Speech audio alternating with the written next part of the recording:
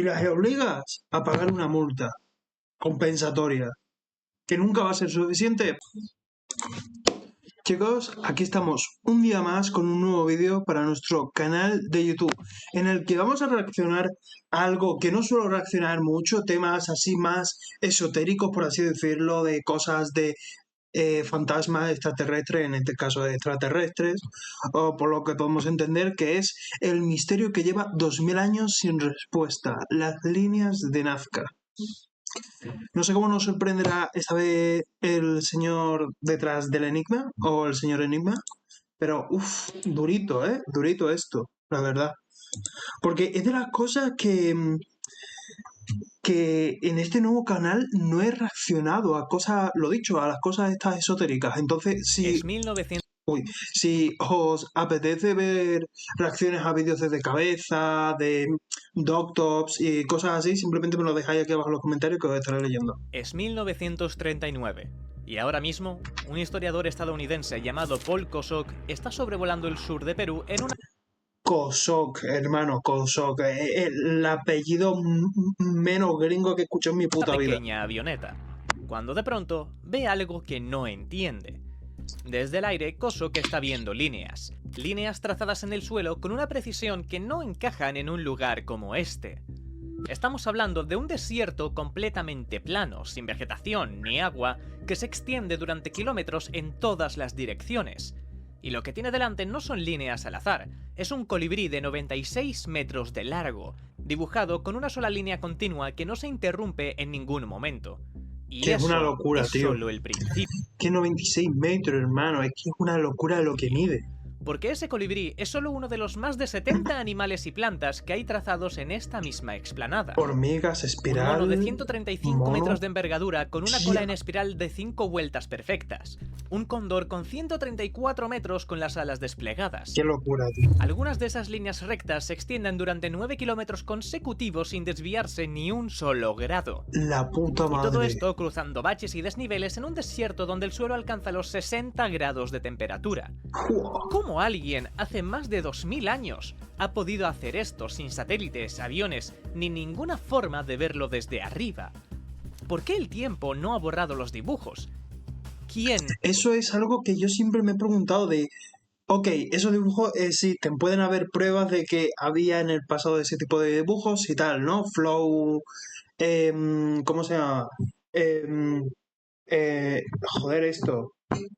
De los arqueólogos, esto, ¿cómo coño se llama?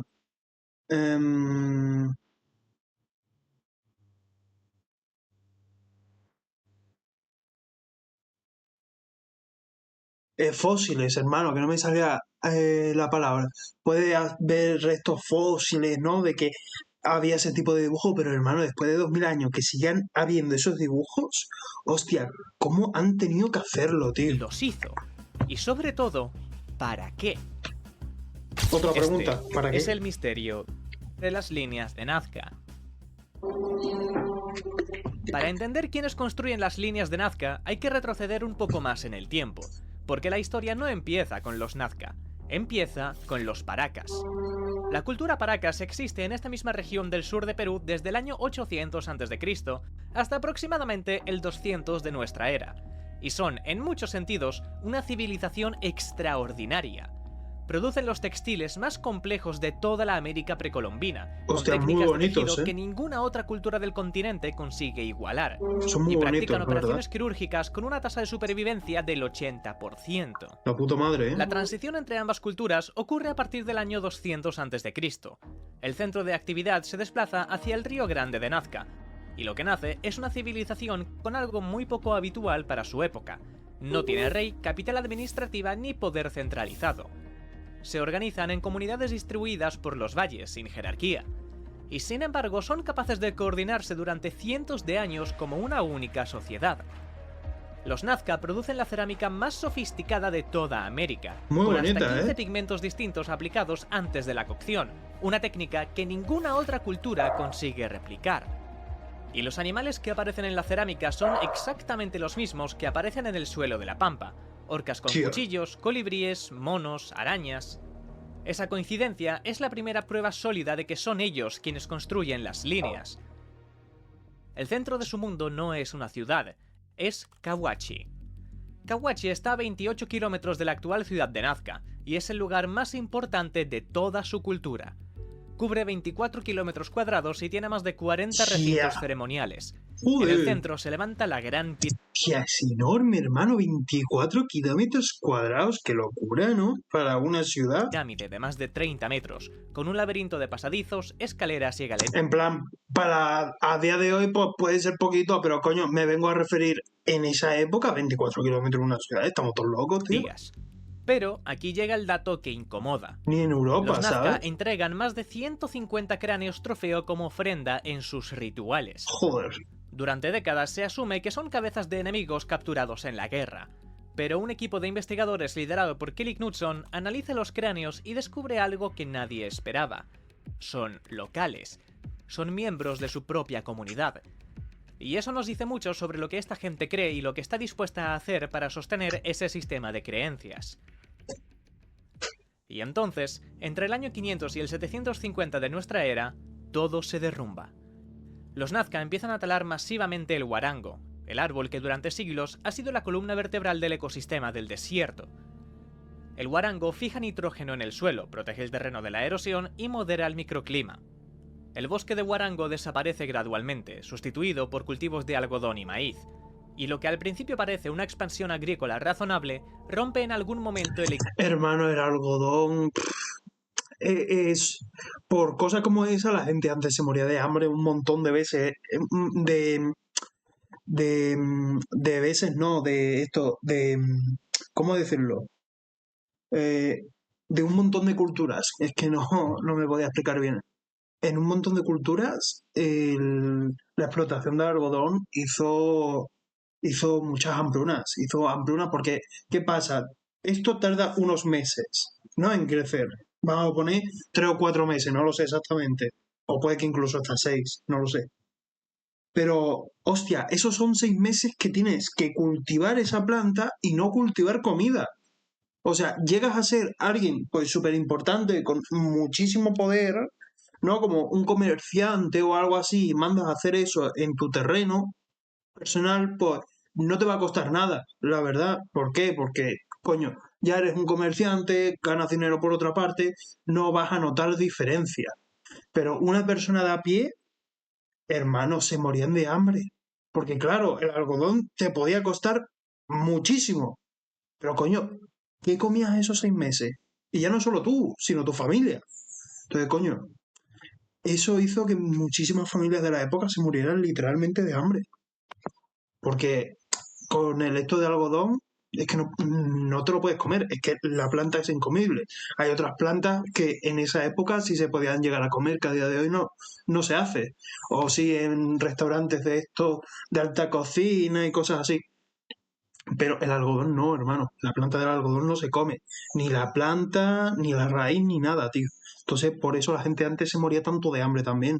Porque por una supuesta riqueza, al final te quedabas más pobre de lo que estabas. Equilibrio del desierto sin posibilidad de arreglarlo. Sin el huarango, las tormentas extremas o los largos periodos sin lluvia que siempre han existido en esta región Claro, porque esos tipos de árboles acumularían mucha agua en el suelo. Dejan de ser manejables. Las inundaciones arrasan tierras de cultivo, y entre aproximadamente el año 540 y el 730 comienza una sequía prolongada. Y así, una civilización que lleva 700 años viviendo en uno de los desiertos más duros del planeta desaparece del mapa.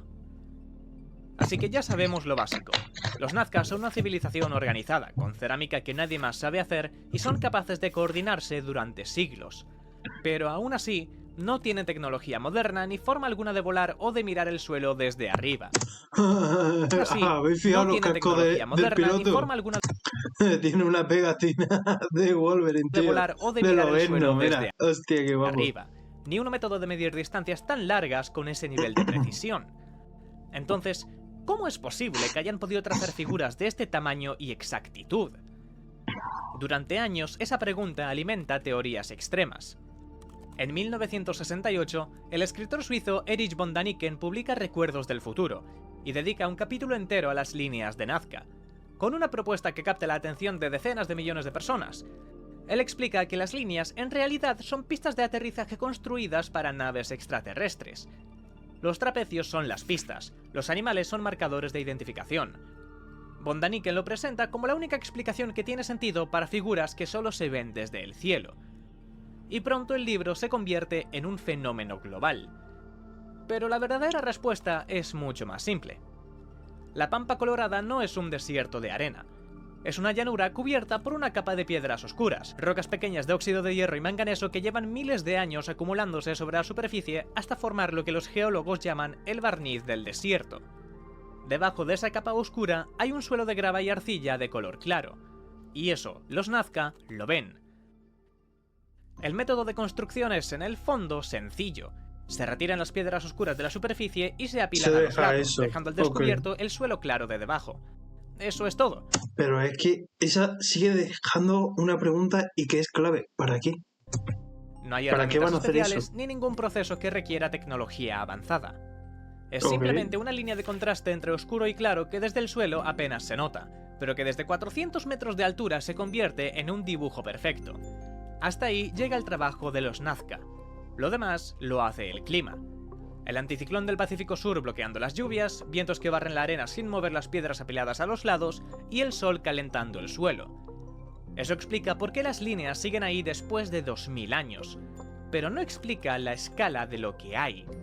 La zona principal de geoglifos se extiende durante unos 30 kilómetros de noroeste a sureste y tiene una anchura de unos 15 kilómetros, lo que sería equivalente a 4 veces París.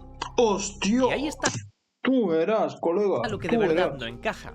Nadie que caminara por ahí podía ver una sola figura entera, ni una. ¿Cómo dibujas algo así? Hombre, ni siquiera encima de las montañas, colega. Pues yo creo que sí, ¿no? Por lo menos podría dimensionar más o menos, ¿no? Porque, hostia, si fuese todo eso, todo planicie, pues yo te lo compro, pero viendo montañas no podrían como visibilizar, aunque sea un mínimo, y yo qué sé, un 10, un 15% de la figura. Si no lo Me puedes parecería ver. raro, en verdad. El sistema que probablemente usan los Nazca funciona así. Primero, se dibuja la figura a escala reducida en el suelo, en parcelas de aproximadamente 2 metros cuadrados, que actúan como plantilla. Después, se establece una cuadrícula y se escala cada sección proporcionalmente al terreno real. Para las líneas rectas, basta con tensar una cuerda entre dos estacas. Para las curvas, se clava una estaca en el suelo y se usa una cuerda como radio. Claro, esto lo utilizaban también los griegos para dimensionar los planetas y todo esto. En el suelo de la Pampa se han encontrado restos de estacas de madera clavadas en los puntos de intersección de las líneas, algunas de ellas datadas por carbono 14 entre los años 400 y 650 después de Cristo. Por la época, Lo que vamos. confirma que el método es exactamente ese. Y muchas de las figuras, incluyendo el colibrí y el mono, están trazadas con una sola línea continua que nunca se interrumpe ni se cruza, lo que implica que quien las diseña tiene un plan muy claro antes de empezar a mover una sola piedra. Pero, ¿cómo es posible que haya líneas rectas de 9 kilómetros sobre un terreno que no es perfectamente plano, que tiene ondulaciones, baches y desniveles, sin ningún instrumento óptico moderno, con una desviación final prácticamente nula? Ese dato alimenta la idea de que debe haber algo más, alguna tecnología o conocimiento que todavía nadie ha descubierto. Pero la realidad es que no hay ningún secreto escondido. Es algo mucho más simple que hoy se conoce como el método de jalón. Se alinean 3 o más estacas de madera de forma visual. Una persona se sitúa en el punto de origen, otra en un punto intermedio, y una tercera avanza en la dirección de la línea de visión de las 2 primeras. Ya sé. El proceso se repite de sección en sección a lo largo de todo el recorrido. En 1982, un investigador llamado Joe Nickel de la Universidad de Kentucky decide poner a prueba si este método funciona realmente a escala real. Con 5 personas más y usando únicamente palos y cuerdas, reconstruye el cóndor a tamaño natural en un campo. Lo que hace falta no es tecnología especial, es un plan, geometría básica y mucha paciencia. Pero lo interesante de verdad es qué deciden dibujar. Cuando la mayoría de la gente piensa en las líneas de Nazca, piensa en el colibrí. Y tiene sentido, es la figura que aparece en todos los documentales y guías de viaje. Tiene 96 metros de largo, y lo interesante es que su pico apunta justo a donde sale el sol en el solsticio de invierno. Eso puede ser una coincidencia, o puede no serlo. Hombre, claro, y ese debate ocupa buena no. parte de la historia de este lugar, pero el colibrí es solo el principio. El mono tiene 135 metros de envergadura incluyendo la cola, que termina en una espiral perfecta de 5 vueltas. Tiene 9 dedos, no 10, y representa un mono araña de la especie Ateles, un animal que vive en la selva amazónica, al otro lado de los Andes. Hay también un perro de 51 metros, una ballena de 63, un loro de 97 y orcas que llevan cuchillos o cabezas entre los dientes. Esas figuras se repiten una y otra vez, porque para los Nazca la orca es algo mucho más que un animal marino. Pero la figura que más preguntas genera no es ninguna de estas, es la araña. Tiene 46 metros de largo. La araña que podría ser también hormiga, ¿eh? Y durante décadas los investigadores debaten sobre qué Porque tiene 8 patas, porque si no, madre mía, parecería hormiga, en verdad. especie representa exactamente. Gerald Hawkins identifica la figura como un ejemplar del orden Riccinulae, uno de los grupos de arácnidos más raros del planeta, que solo vive en las zonas más inaccesibles de la selva tropical. La especie más cercana habita en la cuenca amazónica de Brasil, a aproximadamente 1500 kilómetros de este desierto. Lo que hace que esto sea especialmente difícil de explicar es que los Riccinulae tienen el órgano reproductor situado en el tercer par de patas, un rasgo tan pequeño que solo es visible bajo microscopio en ejemplares reales, y ese detalle aparece en la figura de Nazca, representado con una extensión en su pata derecha. Hay también un conjunto de figuras que no encajan del todo con el resto. Una especie de criatura con 2 orejas grandes, ojos redondos y cuerpo extraño. Otra similar, pero con la cabeza cuadrada y algo pequeño colgando a un lado. Y una figura rodeada de rayos, como un sol con cara. ¿Eso no parece un pavo real? Las tres tienen un estilo mucho más raro, y tienen una precisión claramente inferior a la de los animales principales, lo que sugiere que no todas las figuras son del mismo periodo ni del mismo grupo de constructores. Durante 700 años, cada generación deja sus propias marcas con su propio nivel de habilidad. Pero si el método no es el problema, si cualquier grupo de personas organizado y motivado puede construir estas figuras con estacas y cuerdas, la pregunta real no es cómo, sino por qué alguien decide dedicar ese esfuerzo. Claro. ¿Cuál es el motivo? Maria Reis Gross-Neumann nace el 15 de mayo de 1903 en el Imperio Alemán, y su vida hasta los 30 años no tiene nada de extraordinario. Estudia matemáticas, física, geografía y pedagogía en la Universidad Técnica de Dresde y de Hamburgo. Hasta que, en 1932, con 29 años, acepta un puesto como profesora particular para los hijos del cónsul alemán en Cuzco, Perú. Para ella es un trabajo temporal. Pero todo cambia cuando conoce a Paul Kosok, el mismo hombre que abre esta historia, el historiador que en 1939 sobrevuela el desierto en una avioneta y descubre las líneas desde el aire. Kosok le habla de las líneas, y a partir de ese momento, ya no puede pensar en otra cosa. Lo que Reis hace durante los siguientes 50 años es difícil de creer. Sin financiación, equipo detrás ni respaldo oficial, sale al desierto cada mañana al amanecer con una cinta métrica, una escalera de mano y una escoba. La escoba no es para barrer las líneas, sino para limpiar la arena suelta que cubre las figuras y permitir medirlas con precisión. En Nazca la llaman la mujer que barre el desierto. También la llaman la bruja, porque nadie entiende qué hace esa mujer europea y delgada midiendo palmo a palmo un desierto vacío. En 1949 publica la primera edición de su libro Misterio en el desierto, y durante años ella misma se lo vende a los turistas que empiezan a llegar a Nazca. Con ese dinero paga guardias locales para que protejan las líneas, de vehículos o intrusos, cuando ella no está. Además, es quien convence a la Fuerza Aérea Peruana de volar sobre el desierto para hacer fotos aéreas a cada figura. Su hermana Renate, que permanece en Alemania, es un soporte constante a distancia y juega un papel fundamental en la construcción de una torre de observación junto a la carretera, que permite a los turistas ver 3 geoglifos sin necesidad de volar. Con los años, Reis no solo cuida las líneas, también se atreve a explicar para qué sirven. La teoría que Reis desarrolla es la extensión directa de la intuición de Kosok. Las figuras y las líneas son un calendario astronómico gigante, un sistema de registro de los movimientos del Sol, la Luna y las estrellas, diseñado para predecir solsticios, cambios de estación y eclipses. El mono representa la constelación de la Osa Mayor, la araña representa a Orión. Cada figura apunta a algún evento relevante para la agricultura y la supervivencia en este desierto. Es una teoría coherente y durante décadas es la explicación dominante en todo el mundo, hasta que llega 1968. Gerald Hawkins es el astrónomo inglés que tan solo unos años antes había analizado Stonehenge, usando métodos... Hostia, es que Stonehenge también es otro sitio así, ¿no? Como de misticismo, hermano. A mí me encantaría ir... no estaba en Irlanda, ¿no? Al revés, sí, estaba en Irlanda. Es que casi digo en Reino Unido, pero no, estaba en Irlanda, ¿no? Exactamente. Ahora lo busco, pero, hostia, yo creo que sí, podría ser, ¿no? Pero bueno, a lo que iba. Me encantaría ir a visitarlo, tío, porque, guau, es de los sitios que yo digo, hermano, el ponerte ahí y sentarte ahí y mirar el cielo mientras ves cómo estas especies es que no sé, hermano, cómo describirlo. Bueno, son piedras apiladas, pero, hostia, ¿con qué propósito? ¿Con qué propósito? Porque muchas veces hablan de las líneas ley, que para que no sepa las líneas ley es em, la energía de la Tierra, por así decirlo. Imaginad que el cielo tiene sus rayos, ¿no? Pues la Tierra también tiene sus propios rayos. Tiene una energía natural. Y esto está verificado, que en realidad entonces por eso creen que servía como una especie de, entre comillas, catalizador de líneas ley y cosas así, pero no sé qué tan verdad sea, pero bueno. Computacionales, y había demostrado... Es que mínimamente es bastante, ¿cómo decirlo? El complejo de explicar hostia, ¿cómo coño sabían antes lo de las líneas ley?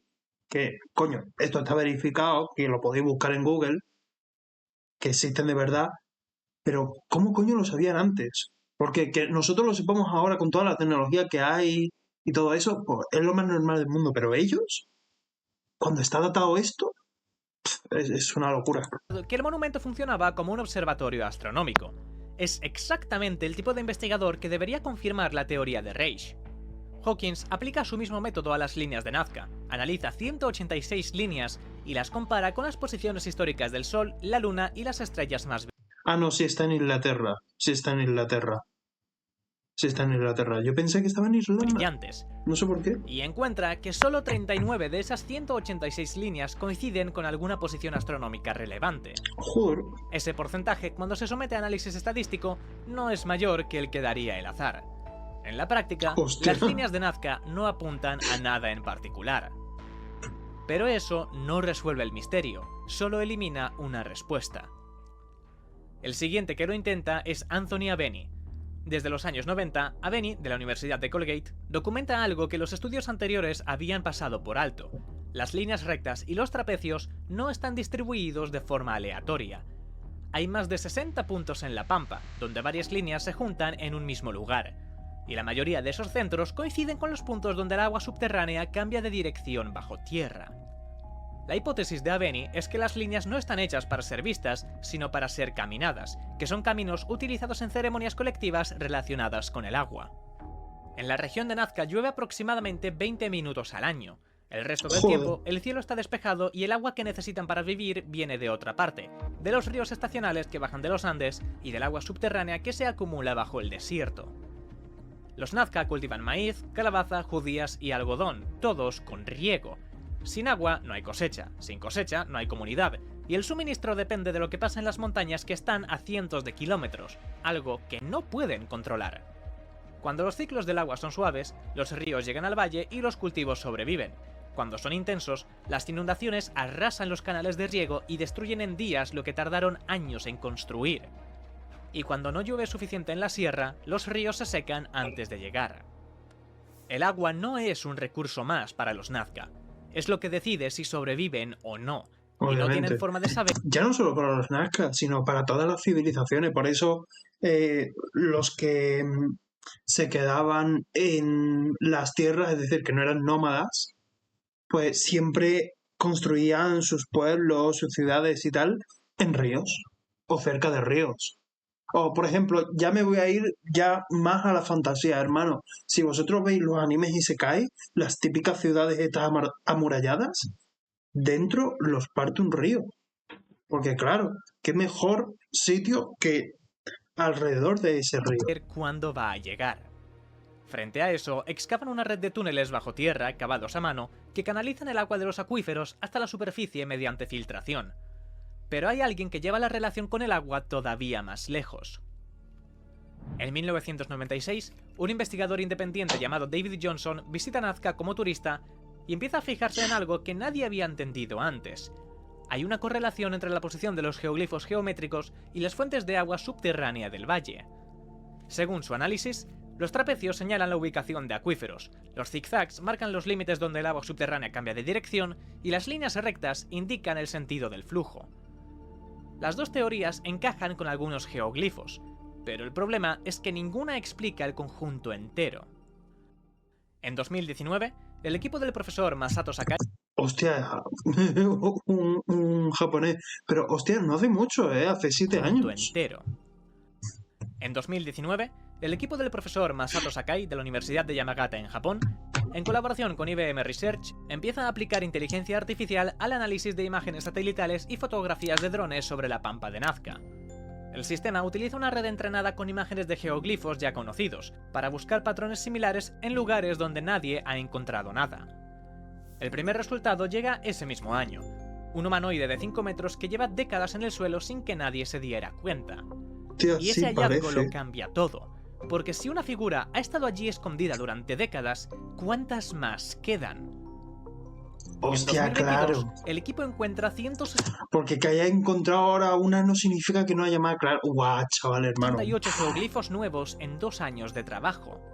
Y en 2024, 303 geoglifos en tan solo 6 meses. Hostia, el número loco. total de geoglifos pasa de 262 a 733. 733. ¡Qué locura! Pero el hallazgo más importante no es el número de figuras nuevas, es lo que esas figuras revelan. Claro, lo que Hay podían dos tipos de representar, geoglifos claro. en la pampa y no se parecen en nada.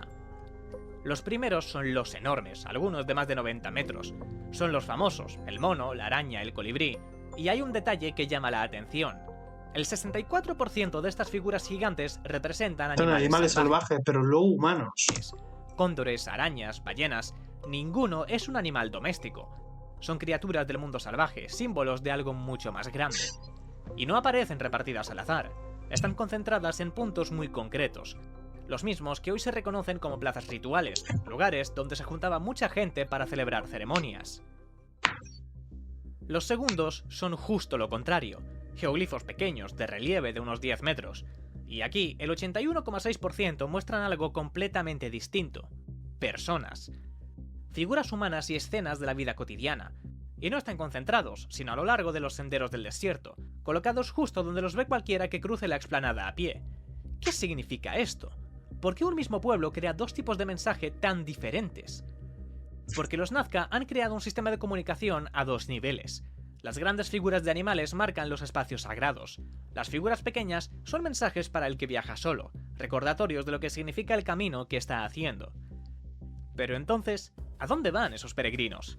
¿Qué hay tan importante como para llenar el desierto de cientos de señales solo para guiarlos? Las pistas apuntan a unas entradas estrechas que bajan desde el Valle del Río, la única fuente de agua fiable en todo el desierto. Y desde ahí, unos caminos antiguos cruzan la arena en una sola dirección, hacia Kawachi. Y entonces todo encaja. Los peregrinos salen del valle de su fuente de vida y caminan por los senderos hacia el templo. Por el camino, las figuras pequeñas les recuerdan el sentido de lo que hacen, y según se acercan a Kawachi, las grandes figuras de animales marcan las plazas donde empiezan las ceremonias, donde la comunidad se reúne para honrar a las fuerzas de la naturaleza y pedir lo único que de verdad importa aquí: agua, fertilidad y supervivencia. Las líneas de Nazca sobreviven 2000 años en uno de los desiertos más áridos del planeta sin que nadie tenga que hacer nada para conservarlas. El clima hace el trabajo solo. Pero en el siglo XX, el ser humano consigue hacer lo que 2 milenios de desierto no habían conseguido: dañarlas de forma permanente. Toma ya. El primer golpe llega en los años 30. Alguien traza el recorrido de la carretera Panamá Sur a través de la pampa de Nazca. El resultado es que la carretera corta directamente por encima de un lagarto de 188 metros. Joder. Pero los daños son casi comprensibles. La empresa constructora explica que en ese momento las líneas todavía no se habían descubierto. Ah, bueno, entonces Lo nada. que ocurre en diciembre de 2014 no tiene ninguna justificación razonable. Durante la cumbre climática COP20 que se celebra en Lima, un grupo de activistas de Greenpeace entra de noche en la zona protegida de la pampa de Nazca sin autorización y sin el calzado especial, que es obligatorio para cualquier persona que acceda al área, y colocan letras gigantes de tela amarilla junto a la figura del colibrí. es hora de cambiar. El futuro es renovable. La intención es que los ministros que vuelan hacia Lima para la cumbre vean el mensaje desde el aire. El problema es que para llegar al colibrí, los activistas caminan sobre el suelo frágil, dejando huellas en el desierto. El Ministerio de Cultura lo confirma días después. Las huellas causan daño directo e irreversible. El gobierno Es que ese gilipollas, lo de Greenpeace, peruano hermano. presenta cargos penales por atacar monumentos arqueológicos. Para evitar ir a juicio, Greenpeace emite una disculpa pública. Kumi Naidoo, su director ejecutivo internacional, viaja personalmente a Lima para disculparse. A mí me da igual, hermano, ¿qué quieres que te diga? A mí me da igual. Tú lo que tienes que hacer es las personas que hicieron eso, ya sea porque se lo mandaste tú o por cuenta propia, que lo hicieron, las echas de Greenpeace, las echas. Y las obligas a pagar una multa compensatoria, que nunca va a ser suficiente para dañar un resto arqueológico importantísimo para la historia de ese país. Greenpeace termina Entonces, entregando a vamos a 4 de ver. sus activistas para que la cosa no vaya a más. Hombre, mínimamente, ¿sabes? Aún así, los problemas no terminan.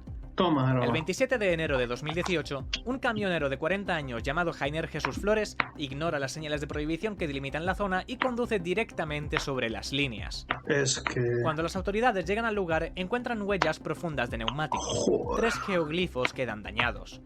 Flores es detenido, pero un juez lo libera poco después, argumentando que no hay evidencia suficiente de que haya actuado con intención.